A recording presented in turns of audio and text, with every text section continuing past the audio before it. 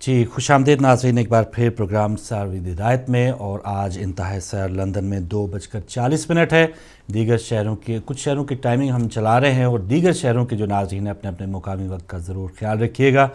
اور آپ نے ضیافت کے بعد جو سیگمنٹ ہے مولانا سید عباس عابدی صاحب کا وہ دیکھا سنا، اور جیسے ہم بات کر رہے ہیں کہ کیا ہم سیکھ رہے ہیں، بہت سی باتیں، بہت سی کتابیں ہم نے پڑھ چکے ہیں اور بہت سی تقاریر ہم سن چکے ہیں، لیکن بات یہی ہے کہ ہم میں کیا تبدیلی آئی ہے، کیا ہم صحیح مسلمان بنے ہیں۔ بہت زیادہ انعامات کی بات ماہ رمضان سے متعلق سنی بھی ہے، کچھ دوبارہ دہرا دیتا ہوں، آپ نے پہلے بھی سن رکھی ہوں گی ضرور۔ نبی کریم صلی اللہ علیہ وآلہ وسلم کا خوبصورت فرمان ہے کہ اگر بندہ خدا ماہ رمضان کی فضیلت سے واقف ہو جاتا، پھر دہراؤں گا، اگر بندہ خدا ماہ رمضان کی فضیلت سے واقف ہو جاتا تو یہی آرزو کرتا کہ کاش پورے سال بھر ماہ رمضان ہوتا۔ سبحان اللہ! تو کس قدر فضیلت ہے ماہ رمضان المبارک کی، اور اس میں اگر نبی کریم صلی اللہ علیہ وآلہ وسلم فرما رہے ہیں کہ اگر اس کی فضیلت سے ایک عام انسان، اگر ایک عام مسلمان واقف ہو جاتا تو اس کی یہی خواہش رہتی کہ یا اللہ سارا سال جو ہے وہ رمضان رہے۔ اور دیکھیں کہ ویسے اس کی فضیلت اور اس ماہ رمضان کی برکت کتنی ہے کہ ہر بندہ جو ہے وہ نیکی کی طرف راغب ہے۔ کوئی بھی جتنا سے بھی گناہگار سے گناہگار جو بندہ ہے، پورا سال اس نے کوئی ایسی نیکی نہیں کی کہ جس پر وہ کوئی ایسا فخر کر سکے، لیکن آپ دیکھ رہے ہوں گے مساجد ماشاءاللہ بھری ہوئی ہیں، اور گھر کے گھر جو ہیں آپ آدھی رات کو کوئی اتنی چہل پہل کبھی بھی نظر نہیں آتی ہوگی، لیکن آپ جب بھی دیکھیں گے ماہ رمضان کی اتنی برکات ہیں کہ آدھی رات کو سحری کے وقت بھی چہل پہل ہے، بات چیت ہو رہی ہے، پکوان پک رہے ہیں۔ اور یہ دیکھیں کہ اللہ تعالیٰ نے یہ بھی ایک بہت بڑا انعام دیا ہے کہ اللہ تعالیٰ ماہ رمضان میں مومن کا رزق بڑھا دیتا ہے۔ تو ہم جیسے دیکھتے ہیں نا کہ یہ کہاں سے یہ تمام جو اہتمام ہو رہے ہیں سحری کے، افطاری کے، اور اتنی زیادہ آسائش مل رہی ہے، تو یہ برکت کی بات ہے۔ جیسے ہم کہتے ہیں کہ برکت شاید اٹھ گئی ہے، برکت کھوئی گئی ہے، اس حوالے سے کہ ماہ رمضان میں یہ برکت ہمیں نظر ضرور آتی ہے کہ ہر گھر میں ماشاءاللہ فراوانی ہے، ہر گھر میں جو اہتمام کیا جاتا ہے اللہ تعالیٰ کی طرف سے خاص انعام ہے۔ اور انعام کی جب بات ہوتی ہے اور جس پہ اللہ تعالیٰ کا خاص احسان اس کی بات ہوتی ہے، تو ان لوگوں کو ہمیں نہیں بھولنا چاہیے کہ جن پہ تھوڑی سی آزمائش ہے، وہ ہم جیسے ہی ہیں بلکہ ہم سے بہت زیادہ افضل ہو سکتے ہیں، اعلیٰ ہو سکتے ہیں، لیکن اللہ تعالیٰ وہی بات نہ کہ کسی کو اگر دے کے آزماتا ہے تو لے کے بھی آزما سکتا ہے۔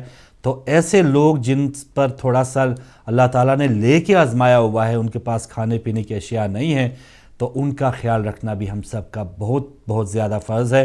تو جو بھی آپ کے عزیز و اقارب ایسے حالات میں ہیں، آپ کے یار دوست، آپ کے گلی محلے میں، آپ کے شہر میں، مجھے رمضان المبارک سے کچھ دن پہلے کا وہ کراچی کا واقعہ یاد آ گیا کہ جس میں راشن حاصل کرتے ہوئے 2 خواتین بھگدڑ مچ جانے سے شہید ہو گئی۔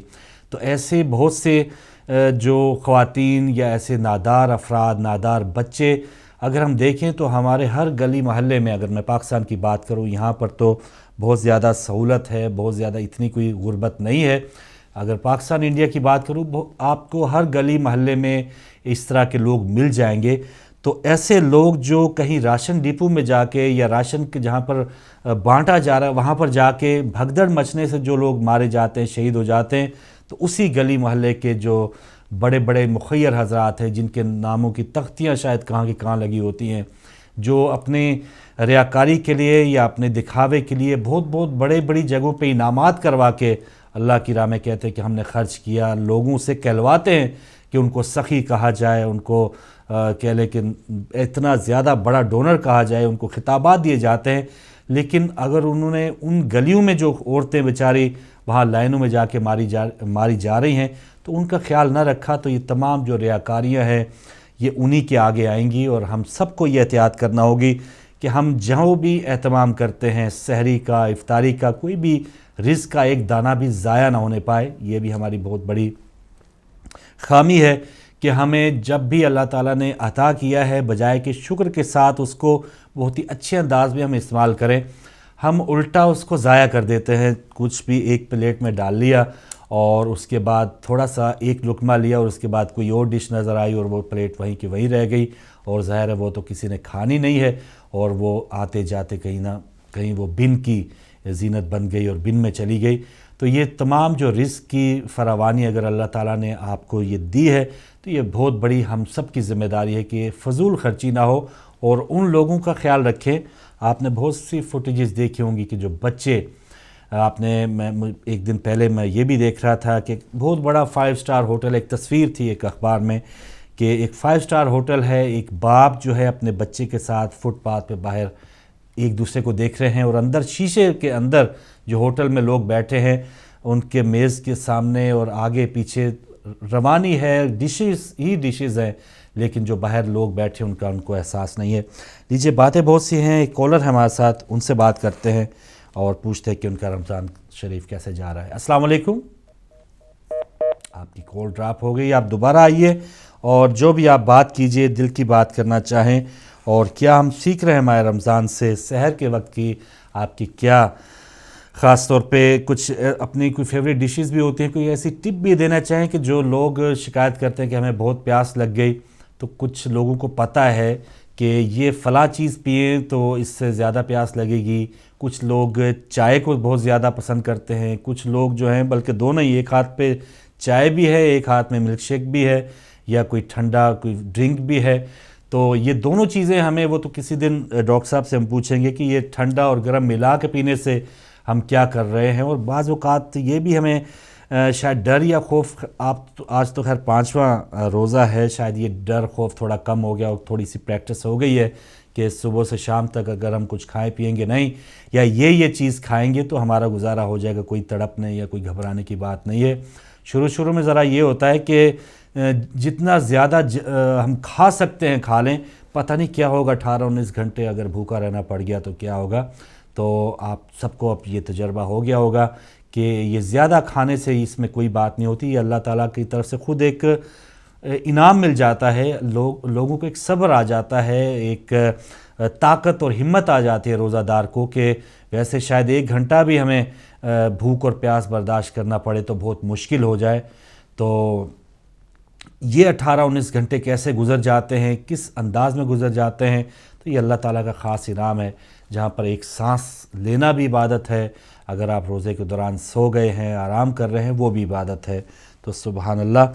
بات میں کر رہا تھا، اگر کوئی کالر تو نہیں ہے ہمارے پاس، یہ نہ ہو جی، تو بات میں یہ کر رہا تھا، وہ جو تصویر ہم نے دیکھی، اور یہ معاشرے کی وہ باتیں ہیں، ہم زیادہ تر کتابی باتوں میں، کتابی جو چیزیں ہیں، یہ ہم نے ایک حدیث سن لی یا معصوم کا قول سن لیا، اور اس پر عمل کے حوالے سے ہمارا کوئی ذہن جاتا ہی نہیں ہے، ہم سمجھتے ہیں کہ یہ تو کتابی باتیں ہیں، بہت ہی اچھی باتیں ہیں، اس پر ہماری زندگی کو ہم تو ایسا کر ہی نہیں سکتے۔ آپ دیکھیں تھوڑا سا وہ جو کتابوں میں آپ نے پڑھا ہے، یا جو آپ نے جو ہمارے علماء کرام کی جو تقاریر ہیں ان سے سنا ہو کہ اہل بیت علیہ السلام کے ماہ رمضان المبارک کس طرح گزرتے ہیں، کہ وہ کیا چیزوں، کن چیزوں سے وہ سحر و افطار کرتے ہیں، اور افطار کے وقت اگر کوئی مانگنے والا آ جائے تو پھر ان کا کیا طریقہ کار ہوتا ہے۔ ہمارے ہاں تو روزہ افطار کا ٹائم جیسے جیسے نزدیک آتا ہے، ہم بہت زیادہ ہائپر بھی ہونے لگتے ہیں، گھر والوں کے ساتھ بھی لڑائیاں، اور دکاندار کے ساتھ تو میں، اور یہ آخری گھنٹہ جو ہے ایسا ہی ہوتا ہے کہ بہت زیادہ ایک سمجھ لیں کہ ٹینشن اور بہت زیادہ غصے میں ہم آ جاتے ہیں، تو پتہ چلتا ہے کہ بھئی اس بندے نے روزہ رکھا ہے، اور جب کھانے میں منہ کے طرف نوالا جا رہا ہے اور باہر سے کوئی سائل کی آواز آ جاتی ہے کہ میں بھوکا ہوں، اور جو شخصیات، جو ہستیاں جو دے دیتی ہیں، جن کو ہم مانتے ہیں، اور شاید صرف ہم یہیں اپنے گلے تک ہی مانتے ہیں، دل تک ہماری ان کا پیغام شاید نہیں پہنچا، اور جن لوگوں نے ان کے پیغام کو، معصومین کے پیغام کو صحیح طور پہ سمجھ لیا ہے، تو کامیاب وہی ہیں۔ بہت بڑی اکثریت ہے مسلمانوں کی، پوری دنیا میں ماشاءاللہ مسلمان روزے رکھ رہے ہیں۔ تو کیا بات ہے کہ لاکھوں میں حج کا بھی آپ نے دیکھا کہ لاکھوں لوگ حج ادا کرتے ہیں، لاکھوں لوگ زیارات پہ بھی جاتے ہیں، لاکھوں لوگ جو ہیں وہ ماہ رمضان کے روزے بھی رکھ رہے ہیں، بلکہ کروڑوں لوگ رکھ رہے ہیں۔ تو یہ جیسے یہ تھوڑا سا ٹائم ختم ہوتا ہے، ہم کیوں تبدیلی نہیں لا پاتے، ہمیں کیوں جھنجھوڑا جاتا ہے کہ وہ کوئٹہ میں 80 یا 90 افراد شہید ہو گئے ہیں، وہ ان کے لواحقین جب لاشیں اٹھا کے لائیں گے تب ہمیں پتہ چلے گا ہاں یہ زیادتی ہوئی، یہ ظلم ہوا ہے۔ یا ایسا نہیں ہونا چاہیے تھا، تب کہیں جا کے ہم جاگتے ہیں یا ہمیں تھوڑا سا احساس ہوتا ہے. گھنٹہ گھنٹہ ہم تقاریر کرتے رہے، گھنٹہ گھنٹہ فوٹیجز چلتی رہی ہیں، نعرے تکبیر لگا کے گلے پہ چھریاں پھیر رہے ہیں، فائرنگ کر رہے ہیں، ہلاک کر رہے ہیں پیچھے پیٹ دیکھ کے کہ یہ بندہ ماتم کرنے والا ہے، شیعہ تو نہیں ہے، مار کے فوٹیج دکھاتے ہیں لوگوں کو. لیکن لوگ جو ہیں ان کی اکثریت کی میں بات کر رہا ہوں، جو مومنین یا جن کے دلوں میں احساس ہے، ماشاءاللہ جب بھی ہم نے کوئی خاص پروگرام کیا ہے انہوں نے کالز کیے، اس واقعات کی مذمت کی ہے، اور جو دشمن ہیں، جو دہشت گرد ہیں، ان کو بھرپور برے الفاظ سے انہوں نے یاد بھی کیا ہے. میں ان کی بات نہیں کر رہا، لیکن اکثریت کی جو اس وقت شاید روزے بھی رکھ رہے ہوں گے، جو نمازیں بھی پڑھ رہے ہوں گے، انہوں نے شاید اس سال حج پہ بھی جانا ہوگا، میں ان کی بات کر رہا ہوں. جو ایک ہجوم در ہجوم ہے، رش ہے مسلمانوں کا، لیکن جو سچی اور صحیح مسلمان ہیں ان میں سے شاید بہت کم ہیں. اگر ہم سب اپنے اپنے طور پہ اپنے اپنے گریبانوں میں جھانکیں گے تو پھر ہمیں پتہ چلے گا کہ ہمارے اندر کتنی غلاظتیں ہیں، کہ ہم کس قدر اچھے اور صحیح مسلمان ہیں. جو مسلمان کی کوالٹیز ہونی چاہیے، کیا ہم کسی کا خیال رکھتے ہیں، کیا ہم جھوٹ نہیں بولتے، کیا ہم کوئی لالچ، طمع یا اس طرح کی خود غرضی ہم میں تو نہیں ہے.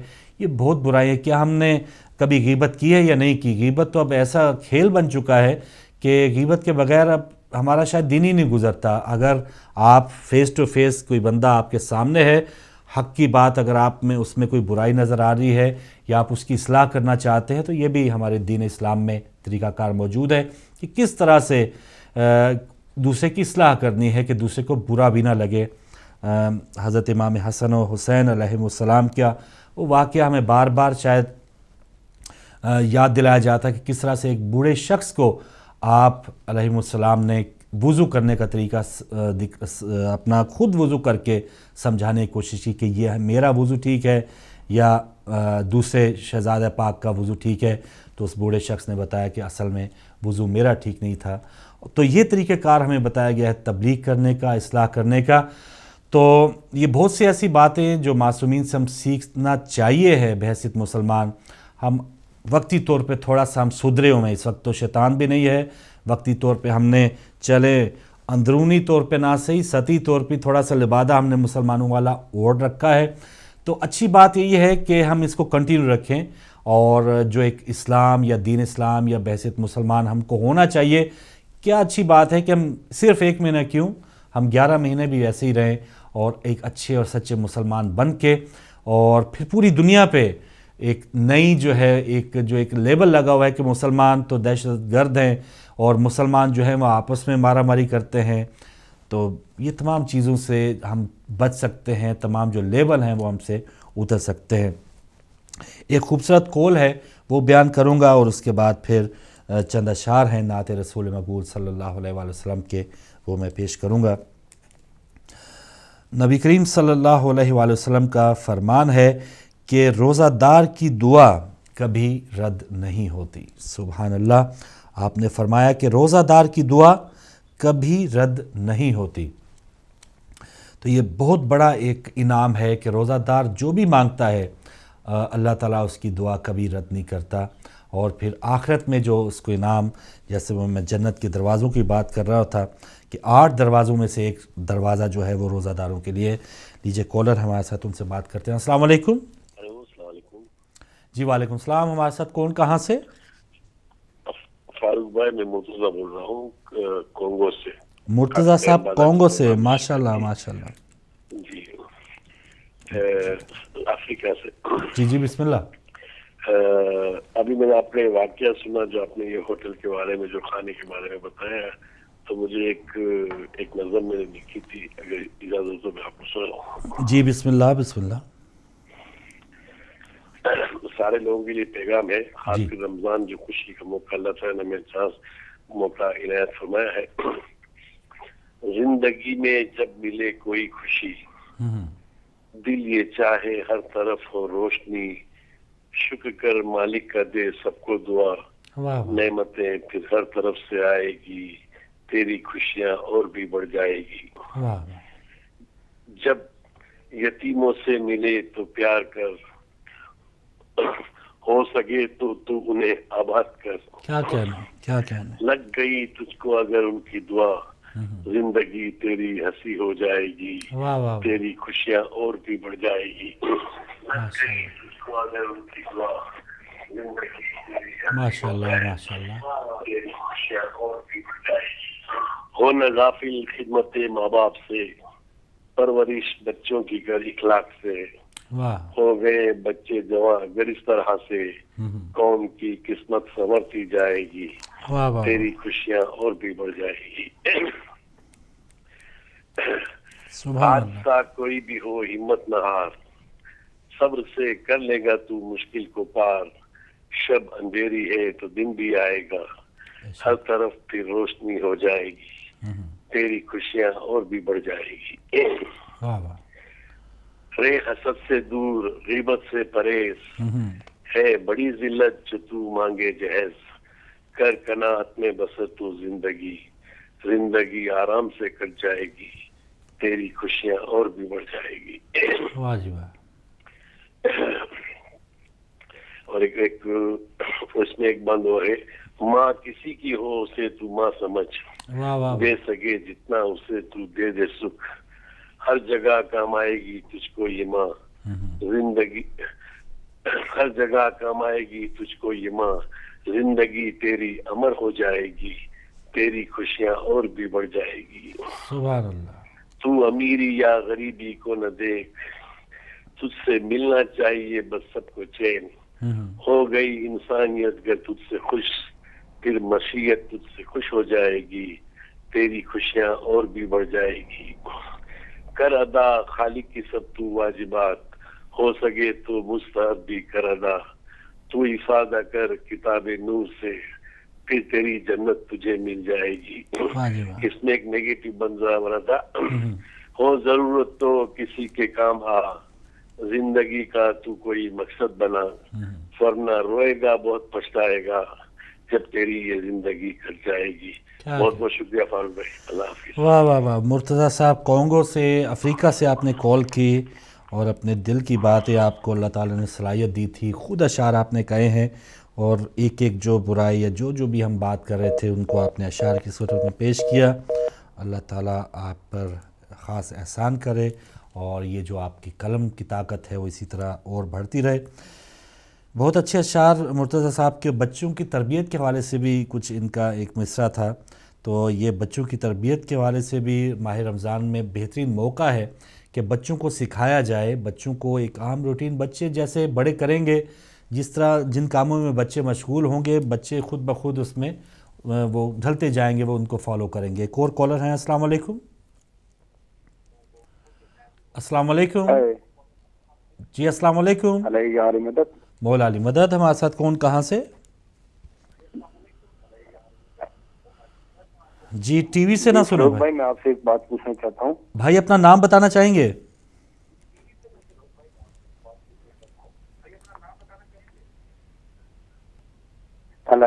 جی بھائی اپنا نام اور کہاں سے آپ بات کر رہے ہیں، 100 باتیں پوچھئے۔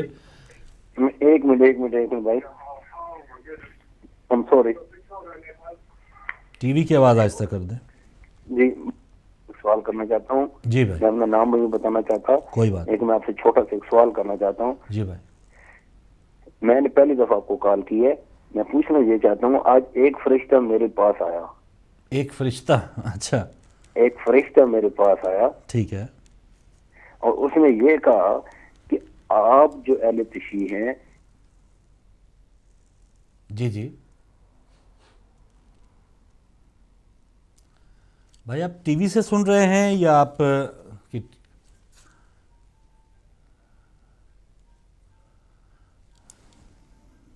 ان کی کال ڈراپ ہو گئی، کیا ہوا؟ آپ کی ان کو آواز اگر میرے تک بھی پہنچا دیں تو کوئی بات نہیں۔ ہلو جی جی بھائی، ایک فرشتہ آپ کے پاس آیا تو کیا ہوا؟ نہیں، وہ لڑکا تھا نا، لڑکا، اس لڑکے نے مجھے یہ کہا ہے کہ آپ جو یہ پڑھتے ہیں آپ کافر ہیں، آپ مسلمان نہیں ہیں، آپ علی ولی اللہ پڑھتے ہیں، یہ نہیں پڑھنا چاہیے۔ ٹھیک ہے، ٹھیک ہے، میں نے اسے کوئی جواب نہیں دیا۔ اس نے کہا آپ اس کو مانتے ہیں، اس کو نہیں مانتے ہیں؟ میں نے کہا میں تو بھائی سبھی کو مانتا ہوں، کیوں سبھی پیغمبر ہیں، میں تو سب کو مانتا ہوں۔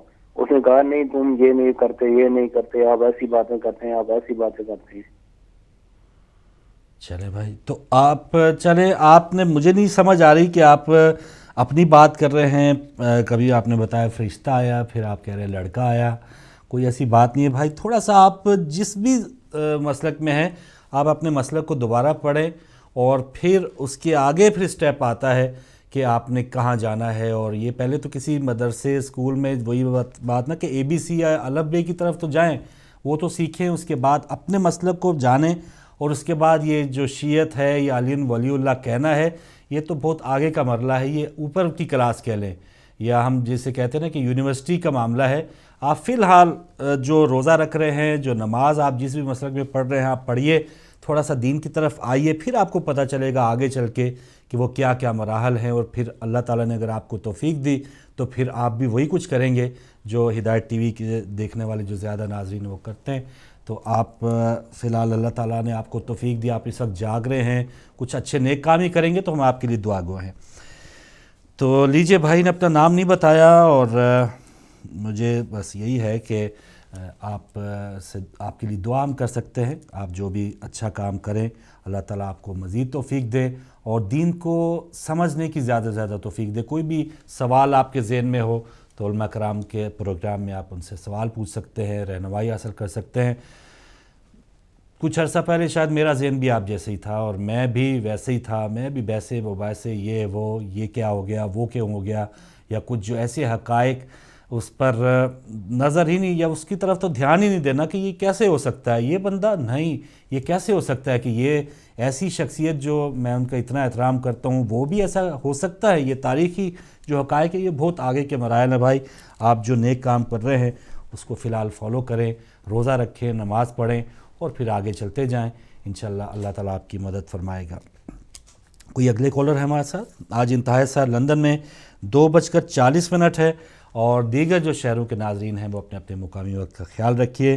مرتضیٰ صاحب کانگو سے آئے، اب پتہ نہیں وہاں پہ، تو شاید مجھے امید ہے کہ ابھی سحری کا وقت ہوگا، کیونکہ افریقن ممالک میں اب دیکھیں، یا پاکستان کی طرح وہاں پر بھی اب سحری کا وقت ختم ہو چکا ہے. تھوڑا سا اگر اپنے ناظرین ہمیں بتا دیا کریں کہ کس شہر میں ہیں اور اس وقت وہ روزے سے ہیں یا سحری کے پہلے کا ٹائم ہے ان پر، تو تھوڑا سا آپ ہمیں بتا سکتے ہیں. وہاں کے جو حالات ہیں، وہاں پر جو مساجد ہیں، کتنی دور آپ کو جانا پڑتا ہے.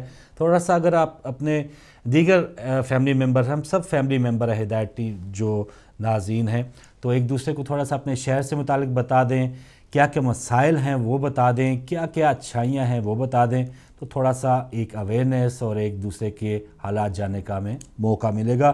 اور یہ عبادات جو ہیں، یہ بھی یہ نماز جمعہ کا یہ جو بڑے بڑے اجتماعات ہیں، یہ فرضی اس لیے کیے گئے ہیں کہ ہم ایک دوسرے کے حالات جانیں، ایک دوسرے کو ملیں، تو تب ہمیں ایک دوسرے کا پتہ چلے کہ یہاں پر کیا تکالیف ہیں، کیا دکھ ہیں.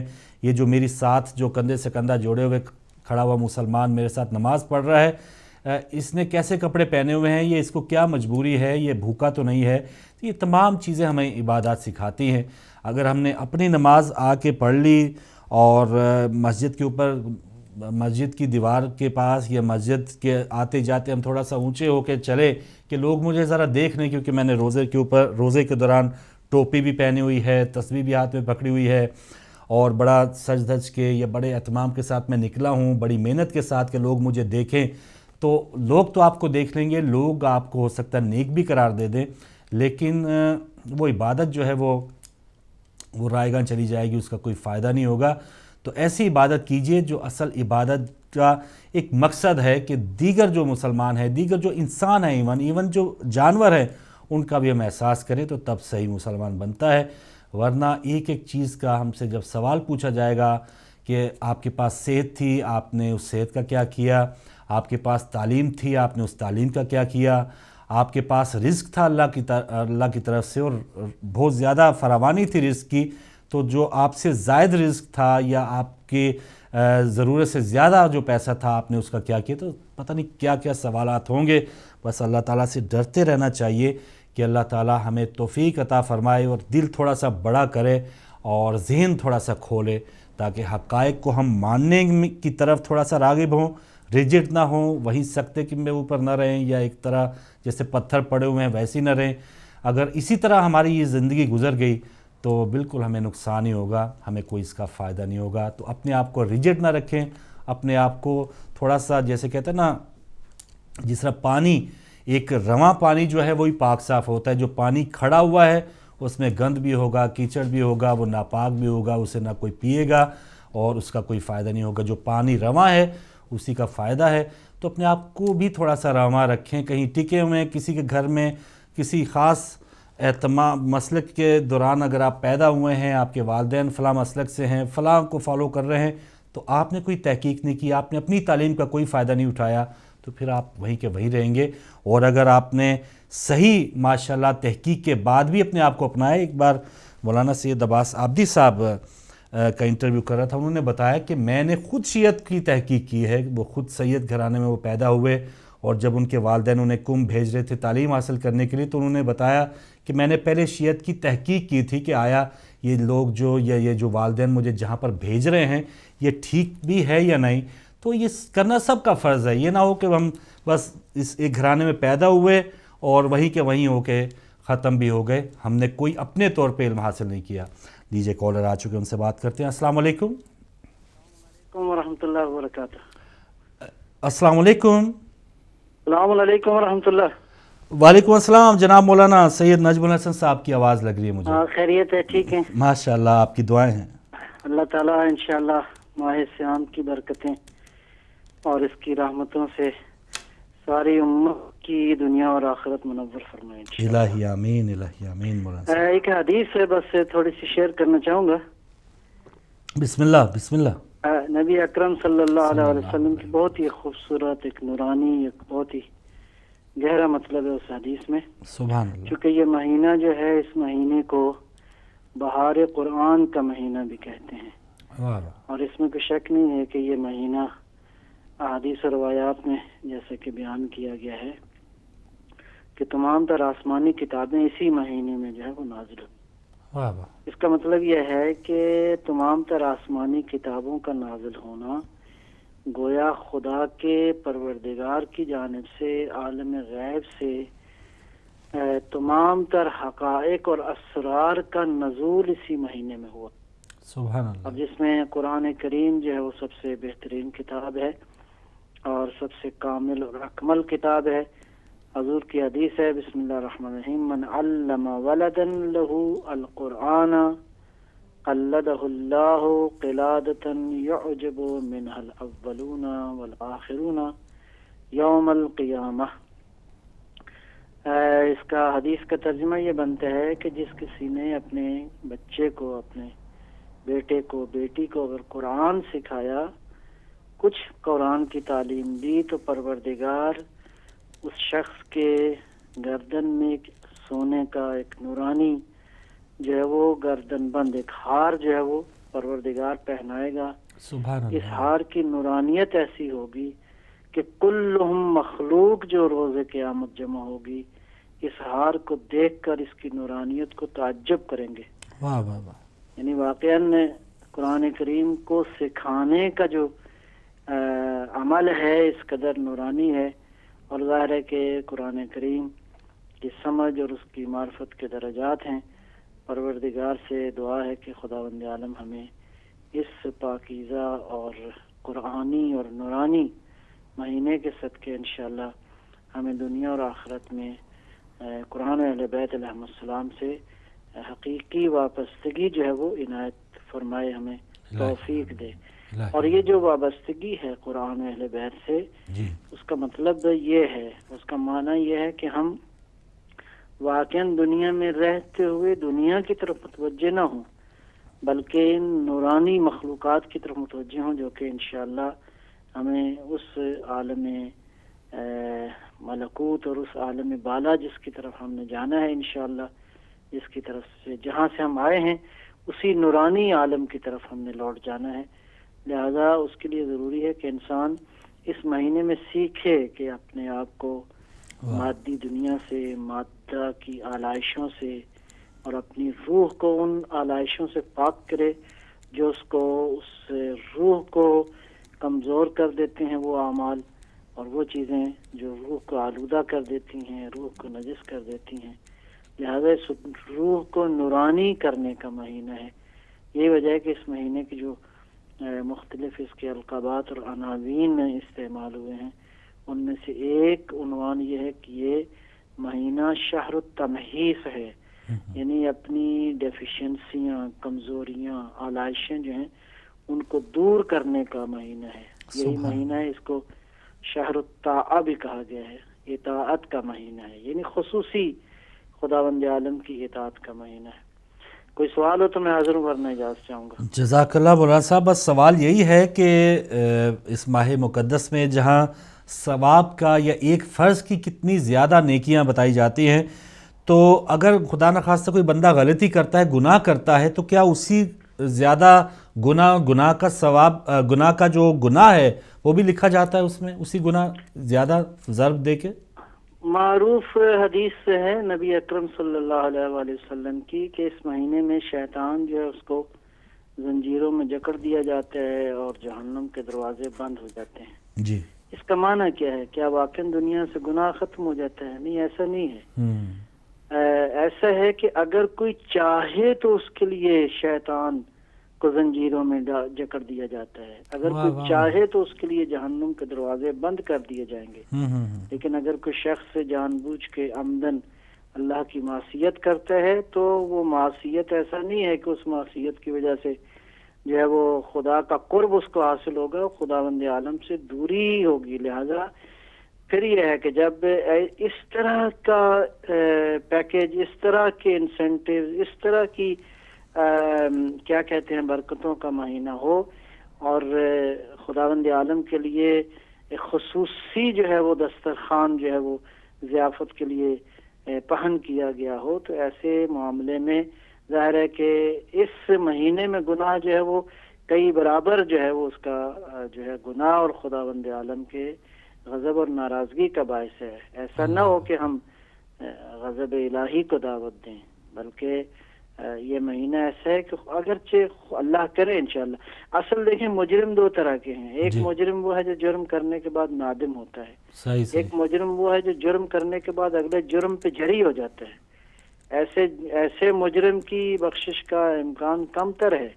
ہاں وہ شخص جو کہ بہرحال انسان، لیکن یہ ہے کہ کوشش کرے خداوند عالم جہاں رحمت واسعہ کے ساتھ متوجہ ہے اس عالم سے، اس عالم کی طرف ضرورت ہے کہ ہم کوشش کریں کہ اس کی معصیت اور اس کی نافرمانی سے جو ہے وہ بچنے کی کوشش کریں. سبحان اللہ. جزاک اللہ مولانا صاحب، بہت شکریہ، آپ نے وقت دیا اور بہترین رہنمائی ایک بار پھر آپ نے کی ہے تمام ناظرین کی. جزاک اللہ. ناظرین، یہ تھے جناب مولانا سید نجم الحسن صاحب جنہوں نے وقت دیا. اور کیا یہ بہترین بات ہے کہ یہ مجرم جیسے آپ فرما رہے تھے دو طرح کے ہیں. ایک تو وہ مجرم جو اپنے کیے پہ نادم ہیں، شرمندہ ہیں اور اللہ تعالیٰ سے توبہ کے خواستگار ہیں، تو ان کے لیے اور معاملہ ہے. اور ایک مجرم جو عادی مجرم ہیں، ان کے لیے ماہ رمضان کی برکات اور یہ تمام جو چیزیں ہیں وہ بے معنی ہیں، وہ جرم پہ جرم کیے جا رہے ہیں، تو ان کے لیے ایک اور کام ہے. اور جو نادم مجرم ہیں ان کے لیے بہترین موقع ہے. تو بہت اچھی بات مولانا صاحب. ایک اور کالر ہیں، ان سے بات کریں گے. السلام علیکم. وعلیکم السلام فروخ بھائی، محمد علی لندن سے بول رہا ہوں. جی محمد علی صاحب، بسم اللہ. کیا حال ہے؟ ٹھیک ٹھاک؟ الحمدللہ الحمدللہ. آپ کی آواز پھر کم آنا شروع ہوگی، چلو میں ہی بولتا رہتا ہوں. جی آپ بولیے، آپ کی دعائیں ہیں محمد علی صاحب. بہت شکریہ. جزاک اللہ. تو ابھی وہ مولانا عابدی صاحب کا بھی میں نے وہ سنا ہے ضیافت کا، جی، تو اس میں وہ دعاؤں کی بات کر رہے ہیں. آج تو مسلمانوں کے دعائیں چل رہی ہیں، لیکن علماء دین نے ہمیں بتایا نہیں ہے کہ دعائیں کون سی اللہ سبحانہ تعالیٰ سے مانگنی ہے. اچھا. تو میں ابھی سوچ رہا تھا کہ میرا امام کربلا کے اندر کھڑے ہیں، لیکن انہوں نے میرے خیال سے پانی کے لیے دعا نہیں کی تھی، روٹی کے لیے دعا نہیں کی تھی کہ ہم بھوکے ہیں.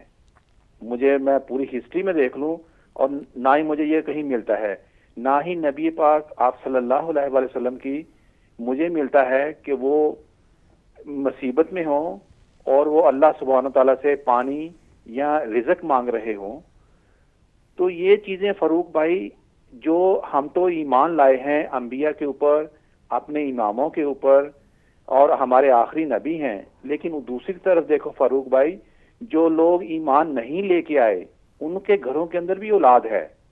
وہ بتوں کے سامنے کھڑے ہوئے ہیں. ان کو بھی اللہ سبحانہ تعالیٰ نے بڑے بڑے محل دیے ہوئے ہیں, لاکھوں ڈالر دیے ہوئے ہیں, لیکن مسلمان ہم فاروق بھائی کہیں نہ کہیں غلطی کر رہے ہیں کہ دعا کون سی مانگنی ہے.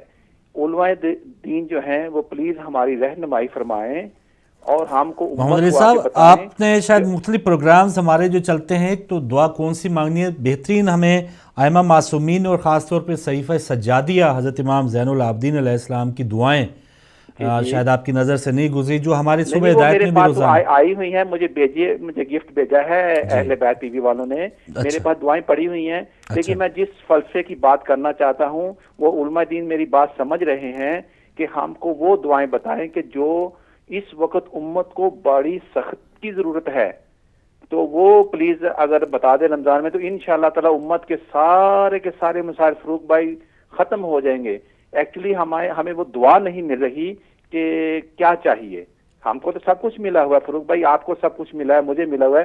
تو وہی بات ہے کہ اگر میرے ڈیڈی ہیں, میرے ڈیڈی کو فون آتا ہے پاکستان سے, وہ میرا بھائی کہتا ہے کہ ہمیں یہ چیز چاہیے, وہ ڈیڈی یہاں سے کہتے ہیں کہ بھائی خدا کے بندو وہ تو تمہیں گھر پہ پڑی ہوئی ہے, میں نے تمہیں دے کے آیا ہوں, اور کیا چاہیے. تو یہی بات ہے کہ اللہ سبحانہ تعالیٰ نے جو کچھ ہم کو یہاں پہ دنیا پہ دیا ہوا ہے, تو ہم وہ بار بار وہ ریٹرن وہی مانگیں گے.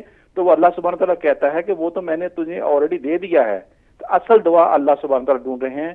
جزاکم اللہ خیر فاروق بھائی ٹائم دینے کا, بہت شکریہ جی محمد صاحب. ہمیں جی دوسرے کالر سے تو میں معذرت چاہوں گا کیونکہ ٹائم ختم ہو گیا اور انتہائی سیر لندن میں نزدیک تر آ رہا ہے. 2:40 اور اس سے پہلے کچھ پیغامات بھی ہیں جو ہمارے سپانسر حضرات ہیں, جو بھی تعاون کرنے والے ہیں. تو بہت شکریہ آپ نے تمام حضرات جنہوں نے کالز کی, خصوصاً جناب مولانا سید نجم الحسن صاحب کا شکریہ کہ انہوں نے وقت دیا اور بہترین باتیں شیئر کی ہیں. تو ناظرین, کہنے کا مقصد یہ ہے جو بھی آپ کا پیغام اور جو بھی ہم ماہ رمضان میں سیکھ رہے ہیں اس کو کنٹینیو رکھیں. اور یہ جو پوائنٹ ہمیں ملا ہے کہ ہم ایسے مجرم نہ ہو جائیں کہ ہم جرم پہ جرم کیے جا رہے ہیں.